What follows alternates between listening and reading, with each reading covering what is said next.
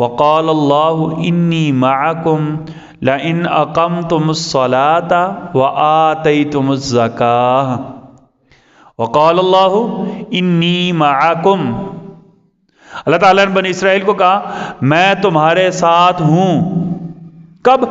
دو شرطیں آگے بیان کی، لئن اقمتم الصلاة، جب تم نماز قائم کرو گے، وآتیتم الزکاة، اور زکوٰۃ دو گے۔